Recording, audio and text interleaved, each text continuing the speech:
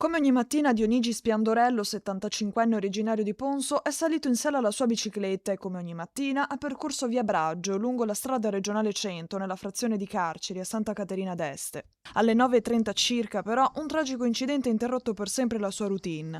Secondo la ricostruzione fornita dai residenti della zona, il 75enne, dopo aver superato un mezzo pesante accostato a bordo strada, è stato centrato in pieno da un furgoncino proveniente dal lato opposto che non lo avrebbe visto arrivare.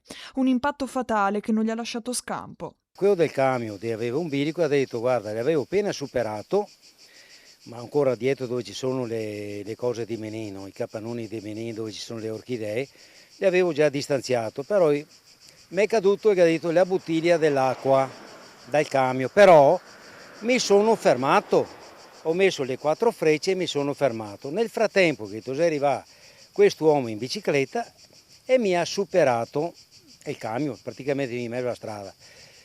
Nel frattempo dall'altra parte si arriva un furgoncino, no?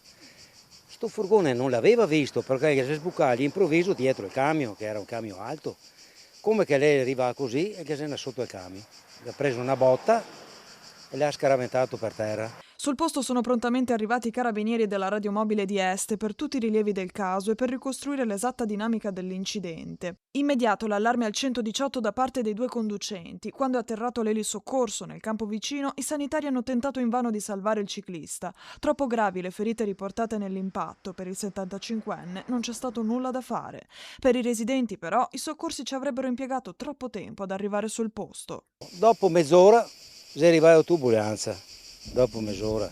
Allora ho chiesto ai camionisti, ho detto ma avete chiamato immediatamente, che abbiamo chiamato il 118, si arriva dopo 20-30 minuti, che sei qua a Schiavonia, quindi da Schiavonia a venire qui non so che vuoi tanto. Ma una cosa impressionante perché il tempo è stato un po' troppo lungo, ecco, e nel mentre hanno assistito il ferito, ecco, però purtroppo sono arrivati che la botta era talmente fatale che non c'è stato niente da fare. Anche il sindaco di Santa Caterina d'Este, Tiberio Businaro, con un post su Facebook, si è unito al cordoglio a nome dell'intera comunità, esprimendo la sua vicinanza ai familiari e ai cari del 75enne, ennesima vittima della strada.